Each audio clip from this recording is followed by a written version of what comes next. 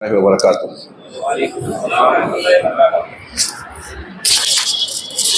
بسم اللہ الرحمن الرحیم. الحمد للہ رب العالمین والصلاة والسلام علی سید المرسلین وعلی آلہ وصحبہ اجمعین ومن تبعہم بإحسان الی یوم الدین. اعوذ باللہ من الشیطان الرجیم. بسم اللہ الرحمن الرحیم. اللہ لا الہ الا هو الحی القیوم لا تأخذه سنة ولا نوم. وقال تعالى أولئك الذين يبتغون إلى ربهم الوسيلة أيهم أقرب ويرجون رحمته ويخافون عذابه إن عذاب ربك كان محذورا. ذمہ داران جمعیت اور مسجد، قابل احترام شیخ ابو الوفا مدنی صاحب حفظہ اللہ، دیگر علماء کرام، میرے بزرگوں، بھائیوں، آج کا یہ پروگرام اللہ رب العالمین کی طرف سے میں اپنے لیے ایک نعمت سمجھتا ہوں. تعارف میں جو کچھ کہا گیا، دل سے میں کہتا ہوں کہ اس میں کافی کچھ مبالغہ تھا. میں اپنے آپ کو اس سے بہت کمتر سمجھتا ہوں جو بیان کیا گیا. اللہ سے دعا ہے کہ وہ شیخ خالص بشیر جو خوش قسمتی سے میرے شاگرد ہیں، اللہ رب العالمین مجھے ان کے گمان کے مطابق بنا دے اور ان کو اللہ رب العالمین ترقیات اور جزائے خیر سے نوازے. آج کا پروگرام پہلے سے شیڈول میں نہیں تھا. مرکز الامام البخاری کے وفد کے ساتھ جب ہم لوگ یہاں آئے، ہمارے ناظرین محترم سے یہاں کے لوگوں نے مطالبہ کیا شیخ حسین کے واسطے سے حفظہ اللہ، تو انہوں نے کہا کہ آج ہم پہنچ رہے ہیں، آج کا دن خالی ہے، لہذا آج شام میں پروگرام رکھ دیا جائے. اچانک پروگرام کے انعقاد سے یہ سوال دل میں اٹھتا رہا کہ گفتگو کے لیے کس موضوع کا انتخاب کیا جائے. یہاں کے لیے، یہاں کے سامعین حاضرین کے لیے کون سا موضوع زیادہ مفید یا ضرورت کا مواد ہو سکتا ہے، یہ ایک مقرر یا خطیب کے دل کا سوال ہوتا ہے. لیکن آتے ہی نظر پڑی اور شیخ ابو الوفا نے بھی توجہ دلائی کہ ایک طرف مسجد توحید ہے، مسجد بھی اور توحید بھی، اور اس کے بالکل بالمقابل درگاہ شرک ہے جو توحید کی ضد ہے، مسجد کی ضد بن گئی ہے آج اگر پختہ قبر ہے. تو مجھے لگا کہ یہاں اس عنوان سے بڑھ کر ضرورت والا عنوان کوئی دوسرا عنوان ہو ہی نہیں سکتا جو اس کائنات کی تخلیق کی بنیاد ہے، جنت و جہنم کو بنانے کی وجہ ہے، جن و انس کی تخلیق کا مقصد ہے، تمام انبیاء کرام علیہ الصلوۃ والسلام کی دعوت کا خلاصہ، ابتدا، آغاز، انجام اور نچوڑ ہے. اگر یہ نہیں ہے تو انسان کو کچھ بھی مل جائے وہ سب سے بڑا تلاش دیوالیہ ہے. اگر یہ ہے تو کتنا بھی ظاہری طور پر محروم ہو، جھوپڑے میں رہتا ہو، کئی دن فاقہ کرتا ہو، لیکن بہت خوش قسمت ہے. وہ نعمت کیا ہے؟ وہ ہے توحید، جسے حدیث میں کہا گیا کہ ثمن الجنہ، جنت کی قیمت ہے، جس کے بارے میں ہمارے بچوں کو یاد ہے کہ یہی ہماری تخلیق کا مقصد ہے. وما خلقت الجن والانس الا لیعبدون. جن و انس کی تخلیق کا بنیادی مقصد یہ ہے کہ صرف اللہ کی بندگی کریں، توحید کو اختیار کریں، اور اس عبادت و بندگی لیعبدون کے معنی میں یہ ہے کہ اللہ جو کہے مان لیویں، کہے کرو تو کرنے لگے، کہے نہ کرو تو رک جائے. لیعبدون کی تشریح کا مختصر سی وضاحت. اس مقصد کے تحت یہ توحید کتنی عظیم الشان ہے، اس کا اندازہ اگر ہم اس کے صرف فضائل بیان کریں تو آج کا دن اور ایسے کئی دن ناکافی ہیں. دنیا میں سب سے بڑی سچائی اور سب سے بڑا انصاف توحید ہے، اس لیے اور اس کے بغیر چھپے نجات ممکن ہی نہیں ہے. اس لیے کائنات میں سب سے زیادہ دلائل توحید کے، اور دنیا میں توحید سے زیادہ فضیلت والی کوئی دوسری چیز ہے بھی نہیں. کلمہ توحید ہم لا الہ الا اللہ کو کہتے ہیں. لا الہ الا اللہ کے فضائل پر سلف و خلف ہر دور کے علماء کرام نے جو کتابیں لکھی ہیں، اگر آپ اس کے مواد کو، نکات کو اکٹھا کریں تو موٹی کتاب بن جائے گی. اتنے فضائل، فوائد اور ثمرات ہیں. ایک دو کی طرف صرف اشارہ کرو کہ یہ لا الہ الا اللہ توحید ہے تو جنت میں آدمی جائے گا، ورنہ نہیں جائے گا. اور یہ کتنی بھی کم ہو جائے، کم سے کم ہو جائے، اگر توحید ہے، شرک نہیں ہے، تو بندہ تب بھی جنت میں جائے گا، چاہے اول گناہوں کی زیادتی کی وجہ سے جہنم میں چلا جائے، جہنم سے نکال کر جنت میں ڈالا جائے گا. اور اگر شرک ہے، خاص طور سے شرک اکبر، آدمی مرنے کے وقت تک اس سے توبہ نہیں کر سکا تو کوئی دنیا کی طاقت، کوئی نبی، کوئی پیغمبر، کوئی فرشتہ، کوئی بھی شخص اسے جہنم سے نہیں نکال سکتا. شرک پر مرنے والے نوح علیہ السلام کے بیٹے کی بخشش نہیں ہوگی. قرآن کا مضمون آپ سنتے ہیں، جانتے ہیں. حضرت نوح علیہ السلام مکالمہ کر رہے ہیں، اپنے بچے کو کشتی میں سوار ہونے کے لیے کہہ رہے ہیں. وہ کہہ رہا ہے کہ میں آج بچ جاؤں گا پہاڑ پہ چڑھ کے. حضرت نوح علیہ السلام نے کہا کہ اللہ کے امر سے، کوئی بھی سورہ ہود میں پڑھیے، لا عاصم من امر اللہ، لا عاصم اليوم من امر اللہ، اللہ کے امر سے، حکم سے آج کوئی کسی کو نہیں بچا سکتا. تو اس نے کہا کہ سآوی الی جبل یعصمنی من الماء، میں پہاڑی پر چڑھ جاؤں گا جو مجھے پانی سے بچائے گا. علماء نے کہا کہ نوح علیہ السلام اللہ کی بات بتا رہے تھے، وحی بتا رہے تھے، یہ عقل لگا رہا تھا. ہاں، قرآن حدیث یہ وحی ہے، وحی کے سامنے عقل لگا رہا تھا اپنے دماغ سے کہ پہاڑی پہ چڑھ جاؤں گا، یہ ہو جائے گا، وہ ہو جائے گا. نوح علیہ السلام بتا رہے ہیں، دماغ میں نہیں آتی بہت سارے لوگوں کو قرآن و حدیث کی باتیں. نوح علیہ السلام کی بات بیٹے کو نہیں سمجھ میں آ رہی تھی. فحال بینہم الموج فکان من المغرقین، دونوں کے درمیان موج آئی اور وہ ڈوبنے والوں میں سے بن گیا. نوح علیہ السلام نے اللہ سے کہا کہ یہ میرے گھر کا آدمی تھا، اہل و عیال کا، میرے اہل کا، خاندان کا فرد تھا، اور تو نے مجھ سے کہا تھا کہ اب تے میرے خاندان والوں کو بچائے گا. اللہ تعالیٰ نے ڈانٹ پلائی کس کو؟ صاحب عزم پیغمبر کو، اولو العزم رسولوں میں شمار ہوتا ہے نوح علیہ السلام کا، کہ انی اعیدک ان تکون من الجاہلین، کہ اے نوح میں تمہیں نصیحت کرتا ہوں کہ تم جاہلوں میں سے ہو جاؤ، یعنی جاہل مت بنو. انہ لیس من اہلک انہ عمل غیر صالح، انہ عمل غیر صالح، وہ برے عمل والا، شرک والا تھا، وہ نیک عمل والا نہیں ہے. یہاں ایک نقطہ میں بیان کرنا چاہتا ہوں کہ اگر ایک آدمی روزانہ تہجد پڑھتا ہے، صبح شام کے فضائل کی کوئی چیز دن بھر چھوٹتی نہیں ہے، بہت سجدے کرتا ہے، اور وہ فضائل کی چیزیں جو ہمارے یہاں سچی جھوٹی روایتیں بیان کی جاتی ہیں کہ فلاں چیز پڑھ لو تو اتنی فضیلت، اتنے فرشتے آپ کے لیے دعا کرتے رہیں گے، جس نے انسان کو، آج کے انسانوں کو غلط دین بتا کر دنیا کے امور میں گناہوں پر جری بنا دیا. جیسے عیسائیوں کا کفارہ مسیح والا عقیدہ ہے نا، کہتے مسیح جو ہے سولی پہ چڑھ کے ہمارے گناہوں کا کفارہ بن گئے، کنفیشنس باکس میں جا کے پادری سے ہم اعتراف گناہ کر کے معاف کروا سکتے ہیں. ایسے ہی ہمارے یہاں ہو گیا ہے کہ اس کا حق مار لو، اس پر ظلم کر لو، شرک کر لو، نماز چھوڑ لو، فلاں گناہ کر لو، زنا کر لو، سب کچھ کر لو، فضائل پہ عمل کر لیں گے، سب صاف ہو جائے گا. شب برات کے دن ایک رات کی عبادت کر لیں گے، بدعتی، سارے گناہ معاف ہو جائیں گے. غلط دین بتا رکھا ہے. میں یہاں اس آیت میں صرف یہ کہنا چاہتا ہوں کہ اگر شرک ہے تو کوئی کتنا بھی نیک ہے بظاہر، وہ عمل غیر صالح ہے، نیک ہو ہی نہیں سکتا اللہ کی نظر میں. شرک ہے تو اللہ نے فرمایا ان اللہ لا یغفر الذنوب، ان اللہ لا یغفر ان یشرک بہ ویغفر ما دون ذلک لمن یشاء. سب کو یاد ہے اللہ اس کو نہیں معاف کرے گا کہ اس کے ساتھ شرک کیا جائے، اس کے علاوہ جسے چاہے معاف کر دے. بالکل واضح، صاف، کلیئر. اتنی واضح چیز سننے کے بعد تو آدمی کے رونگٹے کھڑے ہو جانا چاہیے نا، کہ ہمارے لیے اگر سب سے خطرناک چیز کسی انسان کے لیے ہے وہ شرک ہے. شرک ہے، شرک کے بعد بدعت ہے. نبی کریم صلی اللہ علیہ وسلم کے پاس ایک صحابی آئے اور کہا کہ میرے ابا کہاں ہیں، مر چکے تھے. آپ نے فرمایا جہنم میں. رنجیدہ ہوئے، باپ ہوتا ہے، محبت فطری طور سے رہی ہوگی، نہ غمزدہ ہو کے لوٹنے لگے. آپ نے واپس بلایا اور کہا کہ تمہارے والد اور میرے والد، تمہارے باپ اور میرے باپ دونوں جہنم. کتاب الایمان صحیح مسلم کی یہ روایت ہے. وہ حدیث جھوٹی ہے جس میں ہے کہ اللہ کے رسول صلی اللہ علیہ وسلم نے اپنے ماں باپ کو قبر سے نکالا، کلمہ پڑھایا، پھر واپس کر دیا. امام بہقی نے نقل کر کے بتایا یہ من گھڑت روایت ہے. صحیح حدیث یہ ہے. والد کے بارے میں یہ ہے، والدہ کے بارے میں یہ ہے.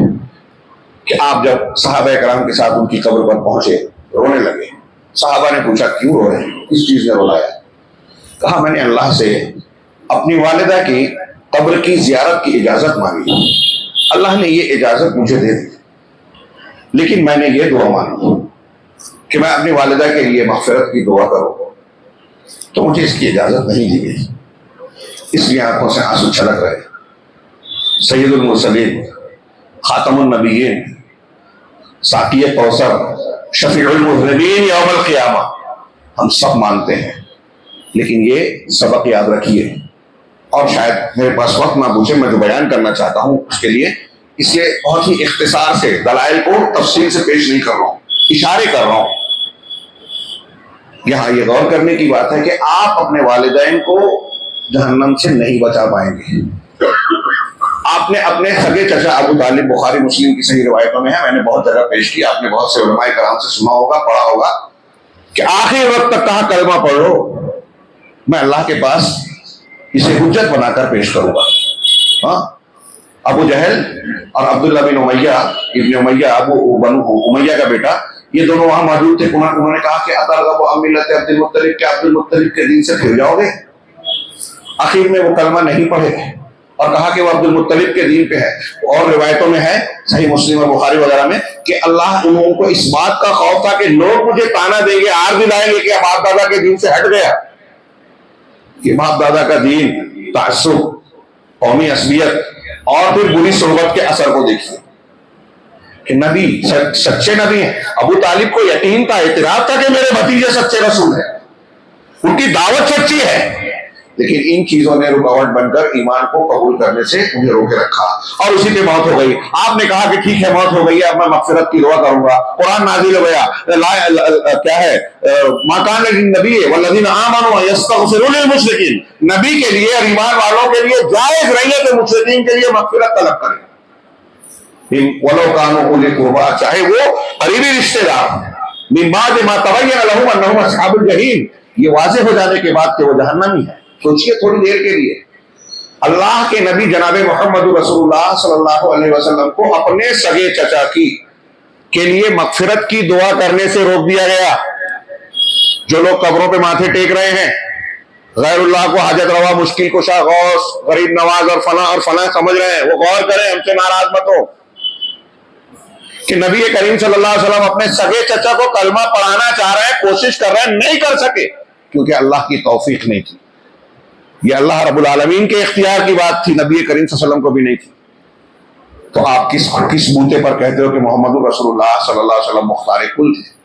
اگر مختار کل ہوتے تو جو چاہتے وہ ہو جاتا, اور وہ چاہتے تھے کہ ابو طالب کلمہ پڑھے, نہیں پڑھا. پھر کہا کہ میں استغفار کی دعا کروں گا, منع کر دیا گیا. اپنی والدہ کے لیے کہا کہ استغفار کی دعا کروں, اجازت نہیں ملی. صحیح روایت. کتنی خطرناک چیز ہے شرک. آپ کہتے ہیں کہ میدان محشر میں سفارش اور شفاعت لے لیں گے. ہاں, مسلم شریف کی کتاب الایمان ہی میں روایت ہے, آپ نے فرمایا لکل نبی دعوت مستجابہ, ہر نبی کی ایک قبول کی جانے والی دعا ہے, ہاں, جو ان کو اسپیشل دی گئی کہ آپ مانگیے دی جائے گی. فتعجل کل نبی دعوتا, ہر نبی نے اپنی دعا مانگ لی, جلدی کر لی, یعنی دنیا میں مانگ لی. ہاں, وَإِنِّي اخْتَبَأْتُ دعوتی, لیکن میں نے اپنی دعا کو روک لیا, ریزرو کر لیا, چھوڑ دیا. کیوں؟ شفاعۃ لامتی یوم القیامہ, تاکہ قیامت کے دن اپنی امت کی سفارش کرو. قربان جائیے جناب محمد رسول اللہ صلی اللہ علیہ وسلم کی اپنی امت کی بھلائی چاہنے کا جذبہ. دیکھیے ہم کتنا جذبہ رکھتے ہیں, کتنی محبت رکھتے ہیں رسول سے, آپ کی سنتوں سے کتنا پیار کرتے ہیں. سوچئے, ابھی نماز کی بات کہہ رہے تھے, مسجد کی حفاظت کا کام ہم کی بات کرتے ہیں, مسجد آباد نہیں کر پاتے. اللہ کے نبی صلی اللہ علیہ وسلم نے اپنی دعا روک لی اپنے لیے. ہم کو کوئی دعا مل جائے کہ مانگو ملے گی, کیا مانگیں گے؟ سوچئے تھوڑی دیر سے اپنے دل میں جھانک کر. ہاں, رسول کریم صلی اللہ علیہ وسلم نے کہا میں نے اپنی دعا روک لی. اور پھر آخری جملہ جو میں بتانا چاہ رہا ہوں, فَهِيَ نَائِلَةٌ إِنشَاءَ اللَّهِ لِأُمَّتِي مِنْ أُمَّتِي مَنْ لَا يُشْرِكْ بِاللَّهِ شَيْئًا أَوْ كَمَا قَالَ, کہ یہ سفارش جو میں نے روک رکھی ہے اپنی دعا, اس کے بدلے میں میدان محشر میں مجھے شفاعت کی اجازت ملے گی. اور یہ سفارش میری امت کے ہر اس فرد کو انشاءاللہ ملے گی جس نے اللہ کے ساتھ کچھ بھی شرک نہ کیا. اس کا مطلب شفاعت رسول کا حقدار بننے کے لیے ہم کو شرک سے بچنا لازم ہے. اگر شرک والا آدمی ہے تو پھر نبی کریم صلی اللہ علیہ وسلم کی اس ارشاد سے اور بھی دلیلیں. آپ جانتے ہیں واقعہ سیدنا ابراہیم علیہ السلام کے پاس آزر آئیں گے, بخاری میں روایت ہے, کہیں گے میں نے دنیا میں تیری بات نہیں مانی تھی, آج مانوں گا, ہاں مجھے بچا لو. اللہ حضرت ابراہیم اللہ سے التجا کریں گے کہ تو نے کہا تھا کہ مجھے رسوا نہیں کریں گے, اور یہ اس سے بڑی رسوائی کیا کہ میرے باپ کا یہ معاملہ ہو جائے. ہاں ابراہیم یہ تیرا باپ نہیں ہے, اور پلٹ کے دیکھیں گے تو آزر کی شکل بدلی ہوئی ہوگی, وہ ایک گندگی میں خون میں لت پت بجو کی شکل میں ہوگا, اور اللہ کے حکم سے فرشتے گھسیٹ کر اسے جہنم میں پھینک دیں گے. ابراہیم علیہ السلام اپنے باپ کو نہیں بچا سکیں گے. نبی کریم صلی اللہ علیہ وسلم کی بات سنی ہم نے. حضرت لوط علیہ السلام اپنی بیوی کو نہیں بچا سکے. کتنی صاف سیدھی سادی تعلیم ہے. اس میں غور و فکر کی ضرورت ہے کہ پیغمبر جب اپنے قریب ترین رشتہ داروں کو توحید اور شرک کی بنیاد پر جب وہ مشرک رہے تو بچا نہیں سکے, تو آپ کو اور ہم کو اس دنیا سے چلے جانے والے بزرگان کیا فائدہ پہنچائیں گے؟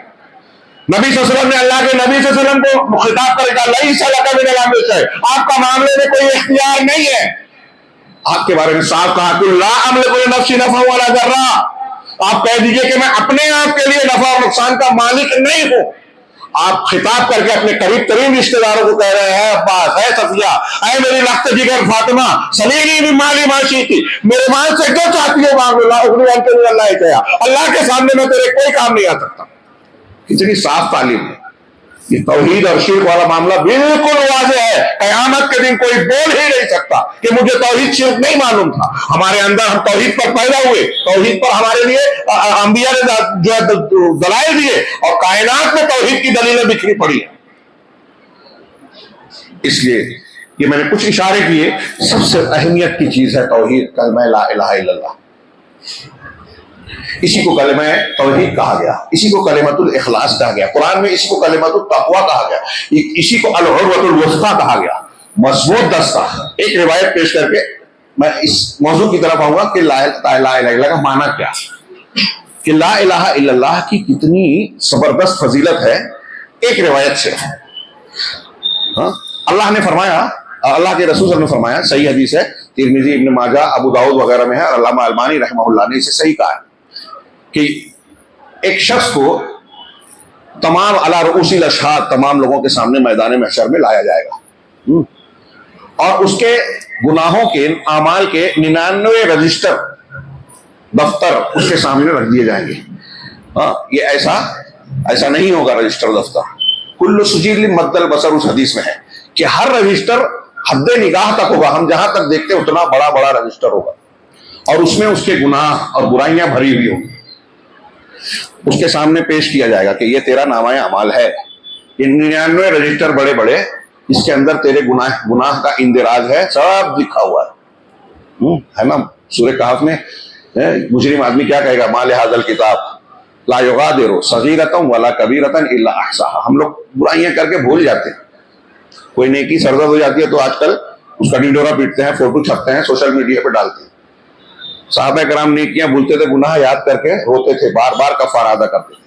ہم لوگ گناہ بھول جاتے ہیں. بہرحال اللہ تبارک و تعالیٰ اس سے پوچھے گا, کی طرح سے پوچھے گا, اتنکروا من ھذا شیئا, یہ جو 99 رجسٹر ہے اس کو دیکھ لو, اس میں سے کسی چیز کا تم کو انکار ہے؟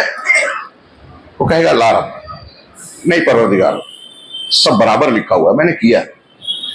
پھر سوال کیا جائے گا, اظلمک کتبتی, کیا میرے لکھنے والے فرشتوں نے کچھ تم پر ظلم کیا ہے؟ تو آدمی ڈرا سہما رہے گا, لا یا رب, نہیں پروردگار. تو اس سے پوچھا جائے گا کہ آج تجھ پر ظلم نہیں کیا جائے گا, بتا تیرے پاس کوئی نیکی بھی ہے کیا؟ تو حدیث میں ہے فیہاب الرجل, آدمی ڈرا سہما رہے گا, کہے گا کہ نہیں کوئی نیکی ہے ہی نہیں. تو فتخرج بطاقہ, اس کو حدیث سے بطاقہ کہا جاتا ہے. بطاقہ رسید کو کہتے ہیں, ہے نا, کارڈ رسید چھوٹی جو. تو کہا ایک پرچی نکالی جائے گی اور کہے گا کہ یہ تیری نیکی ہے. تو کہے گا یا رب ما هذه البطاقہ ما هذه السجلات, یہ چھوٹی سی پرچی ان 99 بڑے بڑے رجسٹروں کے سامنے اس کی کیا حیثیت ہے؟ تو اسے کہا جائے گا کہ تجھ پر ظلم نہیں ہوگا, تجھے پتا ہے اس میں کیا ہے, اس میں کیا لکھا ہوا ہے. اس میں تمہارا یہ عمل ہے کہ تم گواہی دیتے تھے اشہد اللہ الہ الا اللہ کی، اللہ کے سوا کوئی معبود برحق نہیں ہے، اس کی گواہی دیتے تھے، یہ تمہاری نیکی ہے۔ تو اب وہ 99 رجسٹر ترازو کے ایک پلڑے میں ہوں گے اور یہ پرچی دوسرے پلڑے میں، یہ پرچی والا پلڑا بھاری ہو جائے گا، جھک جائے گا۔ لا الہ الا اللہ کا یہ وزن ہے۔ حضرت موسیٰ علیہ السلام سے ایک روایت اور ایک حضرت نوح علیہ السلام اللہ کے رسول نے بیان کی۔ حضرت نوح علیہ السلام نے اپنے بیٹے کو نصیحت کی اور موسیٰ علیہ السلام نے اللہ سے کلام کیا، دونوں روایتوں میں ہے۔ یہ موسیٰ علیہ السلام والی روایت کتاب التوحید میں شیخ محمد عبدالوہاب نے نقل کی ہے۔ اس میں ہے کہ اگر ساتوں آسمان اور ان میں موجود ساری چیزیں سوائے اللہ کے، ساتوں آسمان اور ان میں موجود سارے فرشتے اور چیزیں ترازو کے ایک پلڑے میں ہو، ساتوں زمین ایک پلڑے میں ہو اور دوسرے پلڑے میں لا الہ الا اللہ ہو، تو لا الہ الا اللہ کا پلڑا بھاری ہوگا۔ کیا وزن ہے اس توحید کا! اگر ایک آدمی زمین و آسمان، زمین بھر کے گناہ لائے گا، حدیث قدسی ہے، لیکن ساتھ میں یہ خوبی اس کے اندر ہوگی کہ اس نے اللہ کے ساتھ شرک نہیں کیا ہے، تو اللہ تعالیٰ کہے گا، اللہ کے رسول نے فرمایا کہ اللہ کہے گا کہ میں اسی کے برابر جتنا گناہ بھر کے لائے گا اسی کے برابر مغفرت، معافی لے کر آؤں گا۔ سارے گناہ معاف، توحید سے گناہ معاف ہوتے ہیں، توحید سے معاف ہوتے ہیں۔ اور اس کی ضد شرک ہو تو اس سے نیکیاں مٹ جاتی ہیں۔ اگر ایک آدمی شرک اکبر کرے گا تو اس کے نقصانات کبھی جہنم سے نہیں نکلے گا۔ شرک اکبر کرے گا تو کوئی بھی نیکی کتنا بھی کروڑ اللہ کے راستے میں خرچ کر دے قبول نہیں ہوگی۔ حج، روزہ، زکات، صدقہ، خیرات، فضائل، چار بیکار۔ لکھ لیں یہ، صرف یہ ایک چیز جان لے آج مسلمان تو غور کرے گا، سیکھے گا کہ شرک اور توحید کسے کہتے ہیں۔ ہمارے یہاں ہندوستان پاکستان کا عجیب معاملہ ہے، فضائل پہ محنت ہے، حکومت اسلامیہ کی بات ہوتی ہے، دوسری باتیں ہوتی ہیں۔ ہندوستان پاکستان ہی نہیں، پوری دنیا میں سلفی گروہ کے علاوہ یہ خوش قسمتی، کہ میں کوئی تعصباً نہیں کہہ رہا ہوں، اللہ رب العالمین کے تحدیث نعمت کے طور پر اور لوگوں کی ترغیب کے لیے کہہ رہا ہوں کہ کسی کو اگر برا لگتا ہے تو برا لگنے کے ساتھ وہ غور کرے، ہماری بات پہ تحقیق کر لے کہ روئے زمین پر اس وقت اگر کوئی گروہ ہے جس کی دعوت انبیاء کی دعوت کے طریقے پر ہے، جس کی دعوت کا آغاز اور بنیاد توحید ہے، جو شرک کے لیے کھلی تلوار ہے، جو شرک سے کبھی سمجھوتا نہیں کرتی، وہ صرف جماعت اہل حدیث ہے، صرف سلفی گروہ ہے۔ باقی لوگ سودے بازیاں کرتے ہیں عقیدے کے معاملے میں بھی، ان کے اپنے موقف ہیں، ان کے اپنے بنائے ہوئے خود ساختہ اصول ہیں، اور یہ ہمارے لیے جیتے جاگتے نمونے ہیں۔ یہ دکانیں چل رہی ہیں نذرانوں کی، چڑھاووں کی، اس بات کی پرواہ نہیں ہے کہ آدمی اپنی دولت بھی لٹا رہا ہے، اپنا ایمان بھی لٹا رہا ہے، اور اس پر مر گئے تو کبھی جہنم سے نہیں نکلے گا۔ سارے اعمال برباد، کتنی بھی محنت کر لو۔ تو میں عرض کر رہا تھا کہ اللہ کے نبی جناب محمد رسول اللہ صلی اللہ علیہ وسلم کے دین کی کا محور، بنیاد، سب سے بڑا یہی ہے، اور جو لوگ اس کی مخالفت کرتے ہیں وہ اللہ اور رسول کی دشمنی کرتے ہیں، چاہے جتنا نام لے ذکر کرے، اللہ کے رسول کی محبت کا مظاہرہ کرے۔ جب آپ کی دعوت کی بنیاد ہی کو آپ ماننے کے لیے، سیکھنے کے لیے تیار نہیں ہو، قرآن کے بنیادی تعلیم کو جہر اللہ احد، ابھی میں نے پڑھا آیت الکرسی، اس کی فضیلتیں پڑھتے ہیں، میں نے ایک جملہ پڑھا، اللہ لا الہ الا ہو الحی القیوم، اللہ اس کے سوا کوئی لائق عبادت ہے ہی نہیں، کوئی نہیں، کوئی نہیں۔ کیوں نہیں ہے؟ آگے آیت الکرسی میں جتنے آگے جملے فکر ہے نا، سب اس کی